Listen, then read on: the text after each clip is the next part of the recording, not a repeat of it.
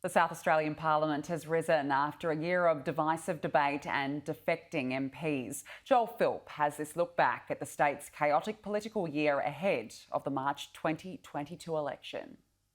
In February, the South Australian government was plunged into minority when Fraser Ellis became the third Liberal MP to leave the party over criminal charges.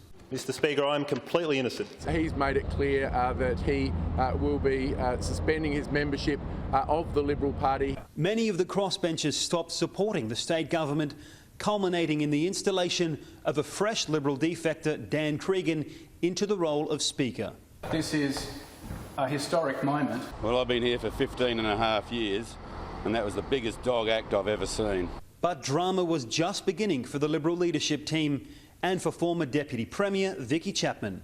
Dan's number going from the Liberal Party to the crossbench and ultimately becoming Speaker was essentially the tipping point that triggered all this cascading series of events that resulted in Ms Chapman's ousting. On the day of the midnight coup, several former Liberals voted in favour of an investigation into Ms Chapman, which found she lied to Parliament. It was later used to successfully move a motion of no confidence against her.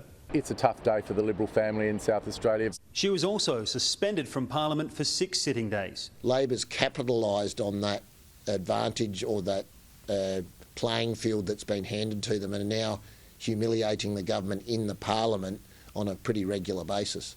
Ms Chapman resigned from her role as deputy and stood aside as Attorney-General pending the outcome of an Ombudsman's investigation. I will, of course, otherwise see you all at the election. To some, it was seen as factional revenge for Ms Chapman and Premier Stephen Marshall's moderate agenda. Vicky Chapman spearheaded some major social reform earlier in the year, prostitution reform, euthanasia reform in particular. That angered the Conservatives. They believed that they should have been focused on economic reform and dealing with the pandemic. But infighting hasn't been confined to the Liberals. Earlier this year, unbeknownst to the public, Opposition leader Peter Malinauskas was burdened by a secret, months-long blackmail investigation that led to the arrest of former Labor MP Annabelle Digance and her husband Greg. I never thought I would find myself in this set of circumstances. You get to this quite unusual situation where the Leader of the Opposition is working hand in glove with the police. Sky News has confirmed the Opposition leader wore a wire to record a private conversation at the request of detectives to help police mount a case against the Digances. He had to be covert, he had to be secret, and the meetings had to be almost cloak and dagger to enable that to happen. Parliament has now finished sitting before the next state election, expected on March 19. If you were betting your house, you'd have to say that the Liberals would remain the favourites simply because of the scale of the task ahead of Labor in winning back seats in a pandemic